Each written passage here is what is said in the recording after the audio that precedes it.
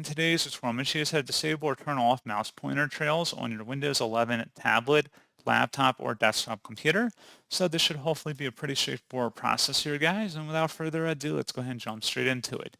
So all you have to do is open up the search menu and search for settings. Best result should come back with settings. Go ahead and open that up. On the left panel, select accessibility, and then on the right side underneath vision, select mouse pointer and touch.